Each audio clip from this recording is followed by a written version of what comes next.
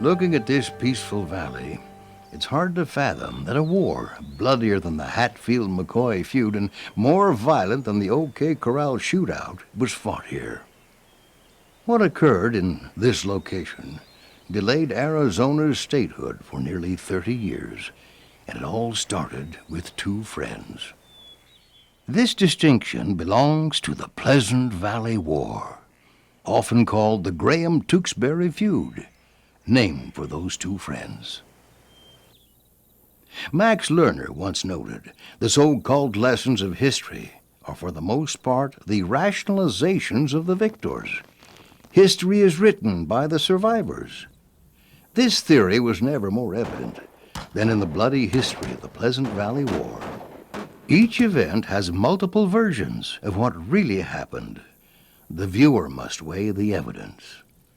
In America, of course, the Hatfield-McCoy feud is probably the most widely known, but that was sort of a schoolyard fight when compared to the Pleasant Valley War in Arizona.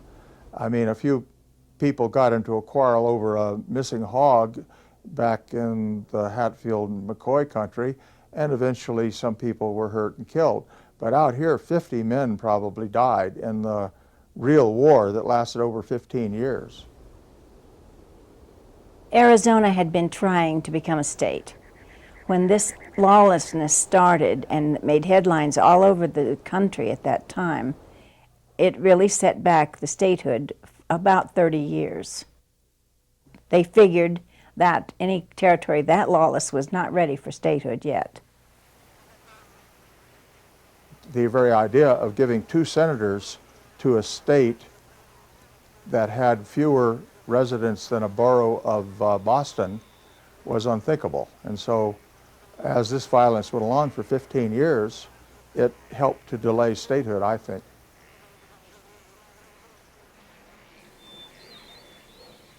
Certainly it was a wonderful place, being a beautiful valley and being with lush grass, knee-high, to go and escape whatever your past might have been. And certainly a lot of young men took advantage of that. Some had been outlaws before, some had been in prison before, prison escapees before. It was a good place simply to get away from the world, but it probably didn't work any better in those days than it does today for people coming to Arizona to escape their past.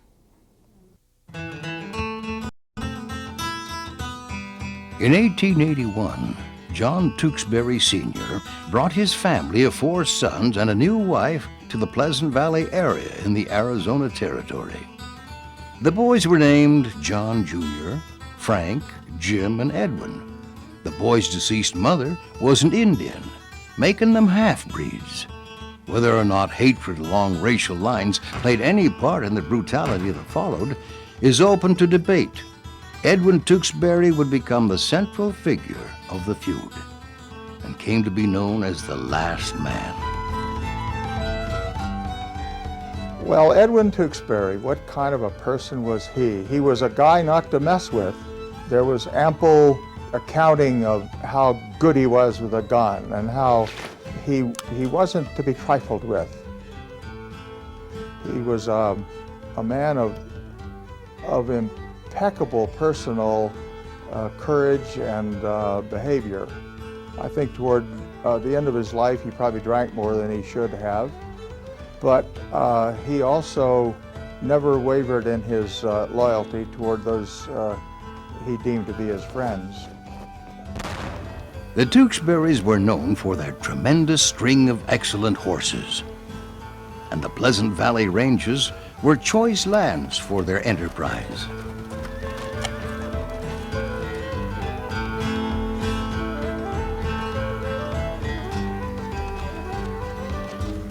In addition to their prized blooded horses, the Tewksburys also held interests in cattle, pigs, and sheep in the Tonto Basin ranges.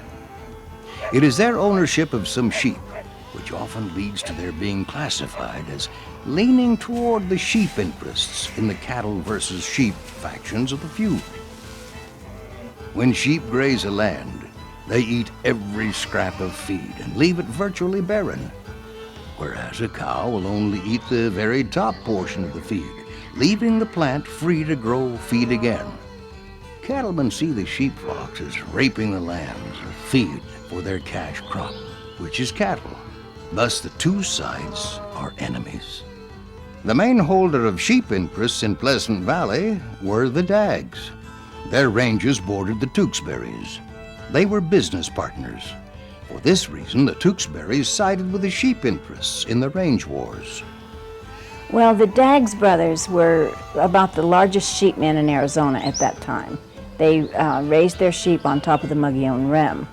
They had evidently contacted the Tewksburys and arranged some sort of a share type deal with them, where the Tewksburys would bring the sheep in on their range on shares. So the Tewksburys had at least 3,000 or 4,000 sheep on their range. At least that's what they declared on their tax notices. This story begins in 1882 when Edwin Tewksbury met a young cowboy named Tom Graham. The two became fast friends. Tom was a cattleman, and he told Edwin that he was looking for a place to raise cattle. Edwin suggested an area in Pleasant Valley, not far from his own ranges. Tom seemed to be a very slow, plodding man, not terribly clever at business, caught up on many occasions, kind of left hanging with people who owed him money that he couldn't collect.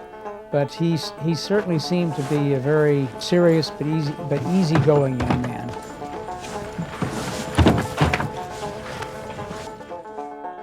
Tom Graham met Edwin Tewksbury in a bar in Globe, and Edwin told Tom how great Pleasant Valley was as far as raising cattle, and what a beautiful place it was. And Tom Graham told Edwin Tewksbury that he was interested in starting his own cattle business, and that he and his brother John Graham were looking for a place to set up a spread, so to speak. Edwin took Tom Graham to Pleasant Valley and showed him around. Tom was pretty impressed with the place, and eventually brought his brother John and their half-brother Billy into Pleasant Valley. And the Tewksburys actually helped them build a cabin. Later on, the bad blood occurred. For 2 years, the Grahams and Tewksburys worked together and considered each other to be friends. They often teamed up on ventures. One of those proved to be rustling cattle to fatten their own herds. In the West, cattle and horses were often the targets of rustlers who were quick to slap a brand on an unbranded animal. Well, everybody was rustling from everybody else. There's an old saying in the West that you never eat your own beef. And there's another saying in the West that some years we had phenomenal calf crops. Some of our cows had 4 or 5 calves, which is genetically unheard of. The outlaws from Texas and New Mexico had come into here. They would steal horses from the north, bring them through Pleasant Valley, and rest, and then they would go on to the Phoenix area. They would steal horses down there, bring them back through Pleasant Valley, and take them up as far north as Colorado to sell them. Another favorite trick was to alter a brand by using a running iron, which is a bent piece of steel that rustlers use to make either curved or straight lines, depending on which way the hot metal branding implement touched the hide.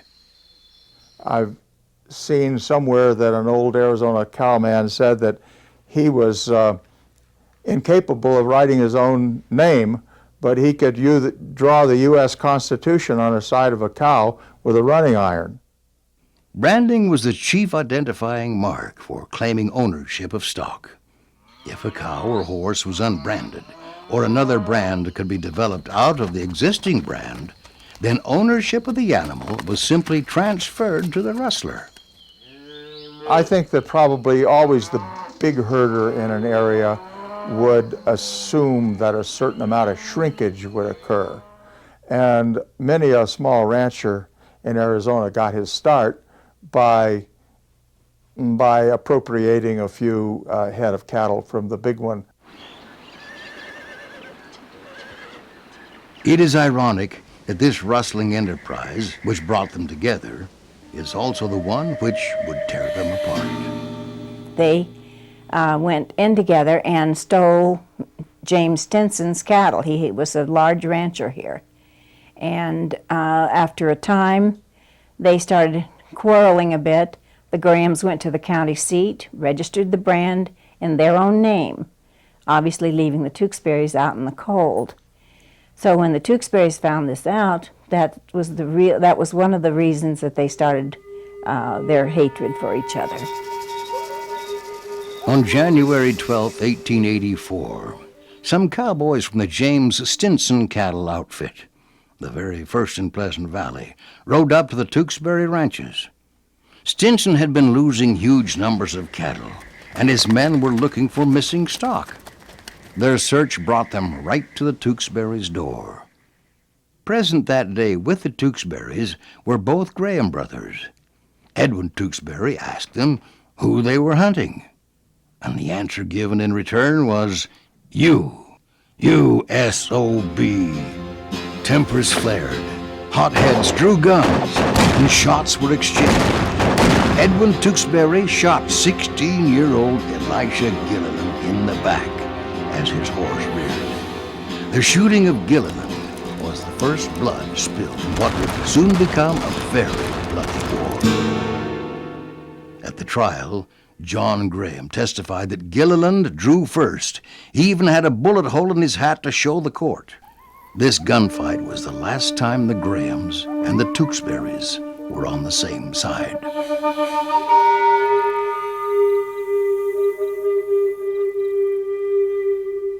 Soon after the gunfight, trial, and acquittals, James Stinson approached the Graham brothers with a proposition. He asked them to help protect his cattle interests. In order to do this, they would have to turn on their friends and neighbors, the Tewksburys. The contract that James Stinson and the Graham brothers entered into was actually recorded as an official document in the courthouse in Prescott, Arizona. This is not legend, it's not a myth, it actually happened. And within 6 months, this happened in 1884, the Grahams had satisfied themselves that they had enough evidence to accuse the Tewksburys of cattle rustling. Maybe the Tewksburys' interest in sheep facilitated this mutiny by their close friends. But since the Grahams had thinned Stinson's herds themselves, this was a very strange partnership. For each conviction that the Grahams, as range detectives, could bring, they were going to get 20 head of cattle as their reward. They went about their business pretty efficiently. What this precipitated was, upon the Tewksburys, was a necessity to travel these huge distances to appear in court for various kinds of charges, and they had ample time to be angry about that and eventually probably seek revenge. As evidence of the Tewksburys' rustling, the Grahams confessed to taking part in it with them.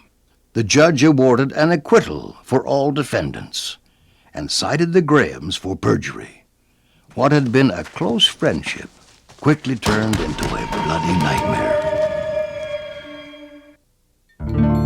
In late 1884 or early 1885, the Blevins family acquired the ranch at Canyon Creek.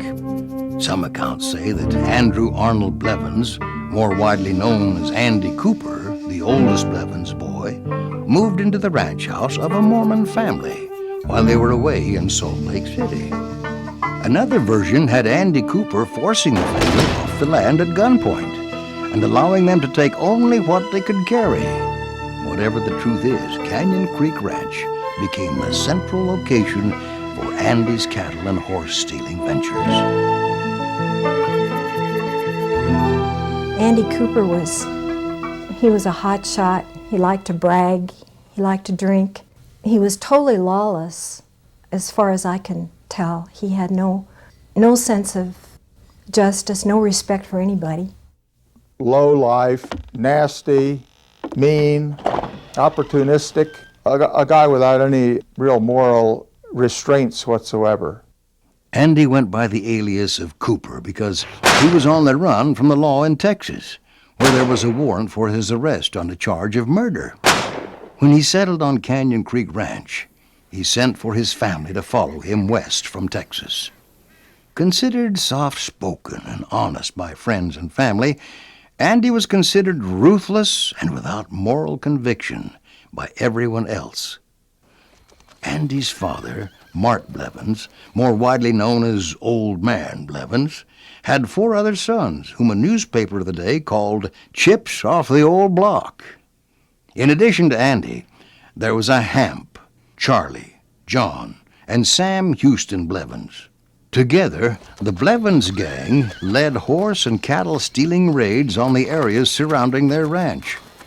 Avid haters of sheep and sheep interests, the Blevins gang soon came to be associated with the Grahams and the cattle interests in the feud. Andy Cooper's involvement in the brutality would become the stuff of infamy. In February of 1887, the bloodiest year of the feud began with the discovery of the body of a sheep herder. Reporters said that this body was riddled with bullets, and that most grisly of all, his head was missing.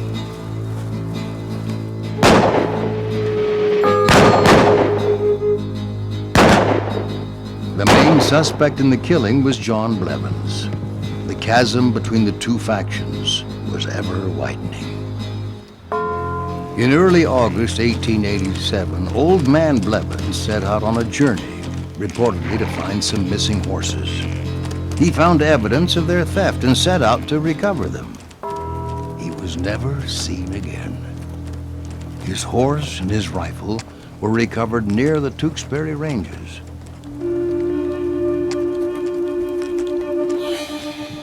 On August 9th, a small search party was assembled to search for Old Man Blevins. The group, consisting mostly of those associated with the Graham faction, including the Blevins, came to the Middleton Ranch, owned by Tewksbury sympathizer George Newton. They were met at the door by Jim Tewksbury. According to different testimonies, Johnny Payne knocked on the door with either his knuckles or the butt of his pistol. And at that time, Jim Tewksbury reportedly asked him, "What do you want?" He said, "We're hungry, we want something to eat."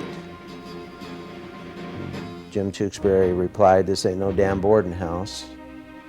And from there, different testimonies as to what happened, but the shooting started right after that. Johnny Payne, Hampton Blevins were killed, and Tom Tucker and Bob Glaspie were wounded. The thing is that the Tewksburys, of course, wanted to place the blame on the affray squarely on the shoulders of Hamp Blevins. Hamp, from his photograph, appeared to only have one arm. And they claimed that while on horseback, Hamp started to draw his gun and fire upon them. And it seems like it would be a little bit difficult task for a one-armed man to do that on horseback. Inside the cabin was almost the entire Tewksbury faction of marksmen, with guns trained on the riders. Hamp was the second Blevins to be killed in less than 2 weeks. When the Grahams returned a couple of days later to retrieve and bury their dead, they found the Middleton cabin abandoned by the Tewksburys. Before leaving, they burned it to the ground.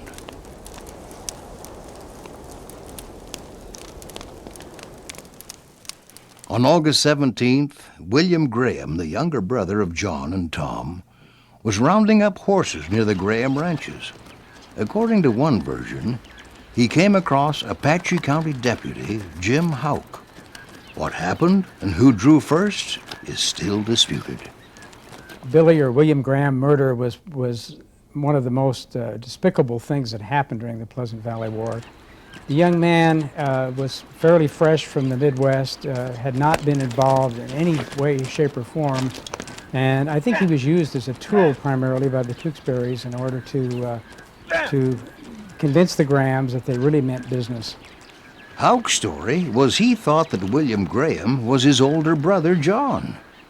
Upon realizing that he wasn't, Houck said he had shouted to William, "I'm not hunting you." Houck claimed that William responded by saying that he was hunting him, then drew his gun. William Graham was gut shot, but still alive.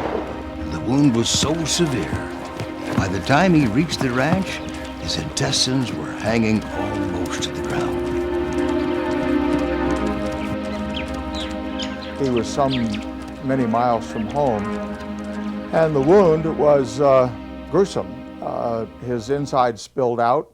He said I'd have died there, but I was afraid that then I would have been the reason for my brothers to come out looking for me. So he gathered himself up and rode home and arrived and fainted in their arms. We don't know for sure if he was intentionally ambushed or if it was just a chance meeting on the trail, but the coroner's inquest clearly indicates that Ed Tewksbury was indeed the murderer, and in fact, Billy Graham gave that as his dying declaration. Inside the Graham Ranch, William's intestines were washed, stuffed back in his abdomen, and he was sewn up with needle and thread. Badly wounded and suffering, he died. The daughter of Tom Graham said that's when they went to war to gain revenge for Billy's death. Enraged, Tom Graham, with a group of gunmen, including the calloused Andy Cooper, went to the Tewksbury Ranch, where they intended to put an end to the Tewksburys. They concealed themselves and waited. September 2nd, 1887, the Tewksbury Ranch came under attack from the Grahams and the Blevins. I believe John Graham and Tom Graham were there, along with possibly Andy Cooper, maybe some of the other Blevins boys. John Tewksbury and Bill Jacobs were killed. They were out gathering horses in the morning and were ambushed in what's known as Dead Man's Canyon. In the early morning hours of September 2nd, John Tewksbury Jr. and William Jacobs left the Tewksbury cabin to round up horses. What happened next is without a doubt one of the most gruesome moments of the Pleasant Valley War.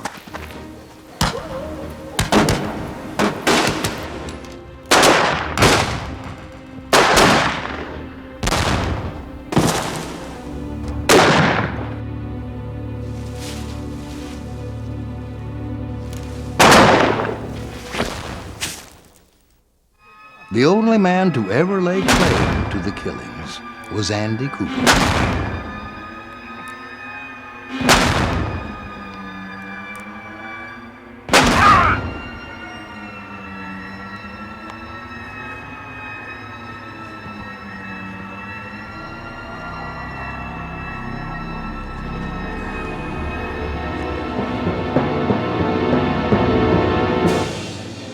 The Tewksburys, alerted by the gunfire, barricaded themselves in their cabin.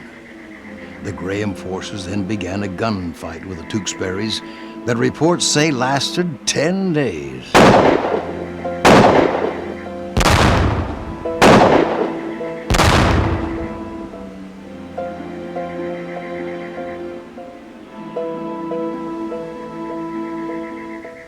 Meanwhile, the bodies of John and William lay where they fell. Wild hogs came upon the bodies and began a grisly feast. One version of the story had Mary Ann, John's wife, defiantly going out and driving away the hogs, digging a shallow grave and burying her husband. The cowboys who had just ambushed her husband allowed her to carry out this task.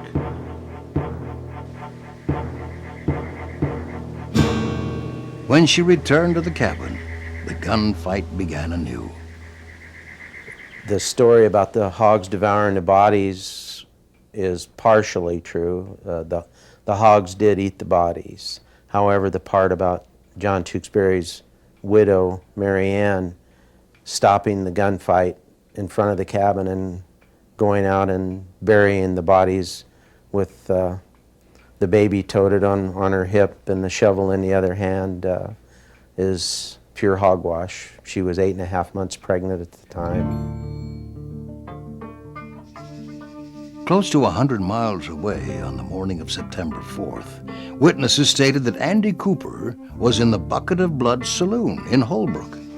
He was bragging about killing Tewksbury and a man he did not know. Soon, this small town would be rocked to its foundations with its own bloody testament to the times. In 1887, Holbrook, Arizona, had less than 300 citizens. The town had the Atlantic and Pacific railroads coming through. Drunken cowboys and revelers reportedly shot up the town on a regular basis. One report as to how the Bucket of Blood saloon got its name was that a member of the infamous Dalton gang killed 2 Mexicans right in the doorway. By the time the law arrived, they had bled a bucket of blood. Commodore Owens drifted into Arizona territory around 1881 and quickly made a name for himself with his gun. Commodore Owens was, I think if I had lived at that time, he would have been my hero. He was honest in all his dealings. He kept his sheriff's records down to the postage stamps. I mean, he kept track of every penny he spent. He was quiet, mild-mannered, but he was also probably the best shot in the whole West. His contemporaries said that no one was as good a marksman as he was. Will Barnes, a grassroots historian, claimed to have seen Commodore Owens display his expertise with a pistol on many occasions. Owens nearly always carried 2 revolvers and could draw either with his right or left hand with wonderful speed. Several times on the roundups, I had seen him stand 20 feet from an empty tomato can and keep it rolling and jumping with alternate shots from his 2 guns until the can was torn to pieces. During his tenure as sheriff, a mob assembled to take a prisoner from him, a Mexican who had killed a card dealer. The mob assembled at the jailhouse. Owens stepped out and said, "Before you take him, you'll have to kill me, and there ain't enough of you." The mob is alleged to have taken the high ground rather than face Owens' guns. Indians feared Owens. At first they called him Long Hair, but later he became known as Iron Man or Ghost Man. With regard to these monikers, Little Chief, a Navajo chief, supposedly claimed that they had killed Owens many times. But he either would not die, or by some magic the bullets bounced off him harmlessly. It is told in legend that whenever Owens spotted a party of Indians, he would shake his hair and charge them. Upon seeing the ghost man, they would scatter. Rustling and thefts continued, creating great pressures on Owens to do something. He was also criticized by the Indian agents in the area because of his zeal to go into reservations to arrest Indian rustlers. Commodore Owens shot a young Navajo, and the young Navajo's dying words were, "I was shot and killed by Commodore Owens, and I don't know why." Some had supposed that his hatred of the Indians was clouding his judgment. So the Navajos would go in at night and steal 20, 30 horses, and this was hurting the stage company. So they hired Owens to get rid of the Navajos who were stealing horses. Well, he did in short order. And I think that's where all the business of him being an Indian hater arose. I don't really think he was. I think he just hated people who stole things. He hated horse thieves and cow thieves. Owens had a hard time keeping bonded by the wealthy citizens, whose interests he was supposed to be protecting. Citizens wanted Andy Cooper. Will Barnes theorized that Owens knew if he went after Cooper, one or the other was bound to die. Even the newspapers printed theories that Owens feared facing Cooper. Commodore Owens was having trouble with the Board of Supervisors. They came down really hard on him because he hadn't brought Andy Cooper in. And they actually threatened to fire him. They said, you lose your job if you don't bring him in. You've had this warrant for a long time. Now just do it. Whether by fate or by prior knowledge, September 4th found Commodore Perry Owens and Andy Cooper in the same town. The unfolding of the gunfight and the testimonies that followed it are disputed to this day. Commodore Owens arrived in Holbrook in the afternoon and rode directly to the Brown and Kinder livery stable.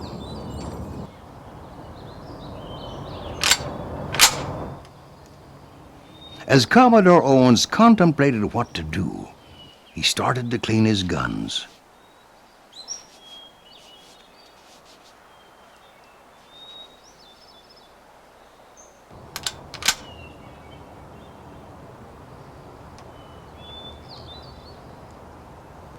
He was met by druggist and sometimes deputy Frank Watrin.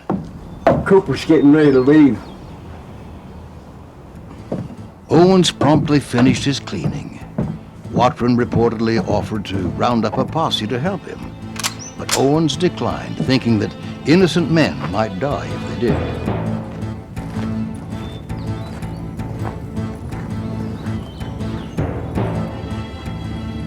The lone gunman, almost scripted by Hollywood, if Hollywood had existed at that time.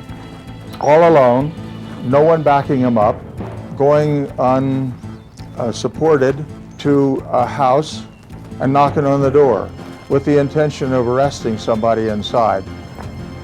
I really believe in the beginning that Commodore Owens hoped he would get Andy at home with his family, thinking that he would not resist arrest if he had the women and children there. I think he was hoping against hope that's what would happen. As Owens walked up to the front porch of the Blevins residence, he saw Andy Cooper, John Blevins, and a third person in the west front room. Standing out front, Owens yelled, "Cooper, I want you!" Commodore Owens, we feel certain, was very much aware that John Blevins and Andy Cooper had both been in Pleasant Valley and may well have been involved in the Tewksbury and Jacobs murder just a few days before. He may have been in Pleasant Valley himself almost at the same time. He may have nearly tracked Andy and John back to Holbrook. We feel that he was not quite lying in wait for them, but he was in Holbrook the day after Andy Cooper arrived. Commodore Owen approached the house and knocked on the front door. We think Andy was no doubt the one that received him. Commodore insisted that Andy submit himself to arrest. Andy declined quite noisily. And with that, Commodore Owens leveled his rifle and shot.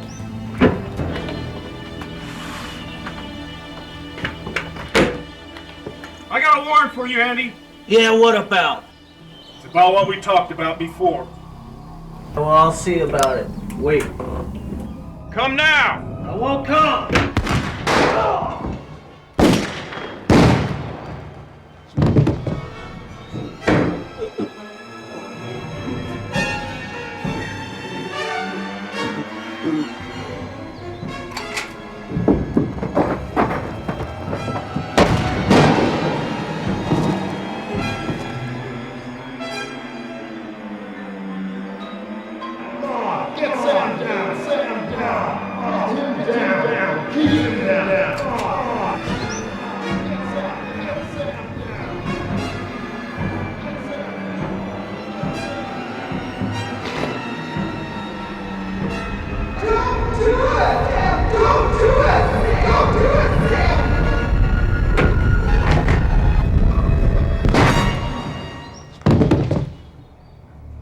Owens waited a moment. When no other gunman came out, he put the Winchester in the cradle of his left arm and turned his back on the house.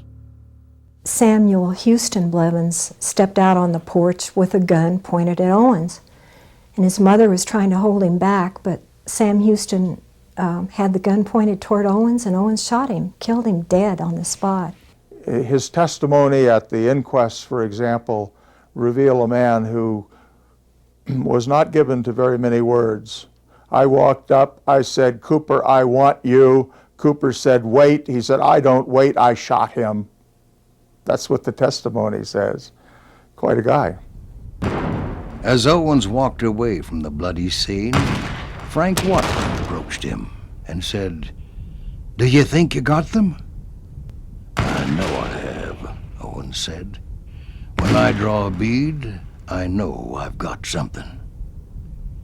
In all the wild events of Arizona's wildest days, there is nothing to surpass this affair for reckless bravery on the part of a peace officer. Owens mounted his horse and left town while the commotion died down. He had stared death square in the face in the image of Andy Cooper, and he had not blinked. Owens returned to St. John's with the warrant for Cooper's arrest that he had gone to serve. Will Barnes reported that across the face of it, Owens had written, "Party against whom this warrant was issued was killed while resisting arrest." Owens' testimony at the inquest into the shooting had him simply saying, "I shot him," when Cooper refused to submit to arrest. Come now! An inquest was ordered into the shootings, especially in the death of the boy. Many testify that over the years, Commodore Owens admitted regret in the killing of Sam Houston Blevins, but he theorized that a boy could pull a trigger just as easily as a man. Commodore Owens stayed in office for only one term. His era was over. You know, he was definitely a frontiersman. He was a guy who shot first and asked questions later. People didn't want that kind of law enforcement anymore. They didn't need it anymore. He'd gotten rid of all the bad guys. He'd either sent them off to prison or he'd killed them. On May 10th, 1919, he died and was buried in Flagstaff.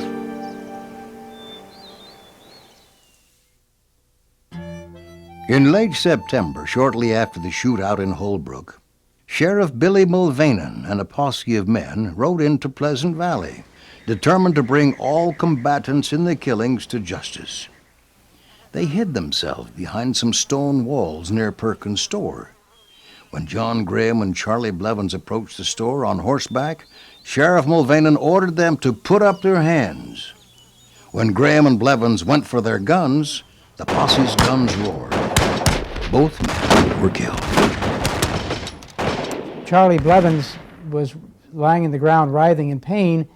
Houck ran over thinking that he was still alive somewhat and was going to shoot him to finish him off. Houck was a very close ally of the Tewksburys, so the posse certainly had an ulterior motive in trying to do in the Grahams. Ranchers along the Pleasant Valley Territory were tired of the bloodshed and rustling. Many of them, reportedly led by Colonel Jesse W. Ellison, organized a committee of 50 to clear the bad element out of the country. There were some very large Texas herds that were wanting to come into the grass of Pleasant Valley. They couldn't come in here because their herds would be stolen. One of the largest ones had brought a big herd in just the previous year. And by spring, when he came back to round them up, almost every one of them was gone. So these ranchers and the men who worked for them, who were, by the way, mostly very sturdy West Texas cowboy types, got together and decided they were going to clean out the valley. Once the rustlers and the horse thieves were all gone, then they could bring their herds in. On August the 11th, 1888, the vigilante mobs hung 3 suspected cattle and horse thieves, Stott, Scott, and Wilson.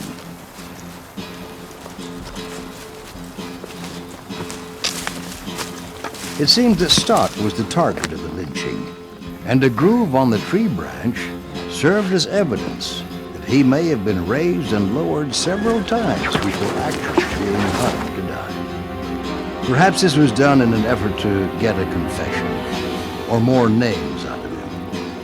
Whatever the reason, it shows the cruelty of the vigilantes. The vigilantes always seem to consist of a good contingency of the Tewksbury faction. So we really don't know if the vigilantes enlisted the Tewksburys to help them, or the Tewksburys enlisted the so-called vigilantes to give them a hand. The vigilante force didn't really seem to do much except to do in a few of the Graham sympathizers. If they had really been a vigilante force trying to clean up the area of horse thieves, as they had claimed, they probably would have gone after a lot of other men, conceivably even the Tewksburys, because as the Mormons always reported, they felt, in the early days at least, that the Tewksburys were the biggest horse thieves in Pleasant Valley. Well, today's people, especially the descendants of these men who lived in this time, in this area, should realize that times were different then. Men were different then. Life was very harsh, and especially on a frontier like Pleasant Valley was. There was no such thing as the Miranda rights, no 911, and with all of the appeals that go on for 20 or 30 years after a conviction. There was no law, no judge anywhere around. When they came across something, somebody stealing their cattle, there was only one thing to do, and that was to take care of it themselves. People today have no idea what life was like back then. They don't think it's possible that their great-great-grandfather did something like this. They did, but they had to. And I don't think that any of us should judge those people. Whether it was because of the killing of his brother John by a posse or the threats of vigilante groups, Tom Graham left the Pleasant Valley area and moved his operations to Tempe, Arizona. There he began life anew and full of promise. Tom married Annie Melton, and they soon had a child. He became respected and liked all around the Tempe area, where his new ranch was established. For almost 5 years, Edwin Tewksbury stewed over the vicious murder of his brother John. It was reported that Tom Graham wrote letters to Edwin Tewksbury, threatening to return and kill him. Mary Ann Tewksbury, John's widow, had remarried John Rhodes, a friend of her murdered husband. Many believed that she wanted revenge. Edwin Tewksbury decided that Mary Ann had suffered long enough. If Tom Graham must die for his actions in the Pleasant Valley War, then it was his duty to see it was taken care of, because he had brought Tom to the valley. In the early morning hours of August 2nd, 1892, Tom Graham was loading his wagon in Tempe.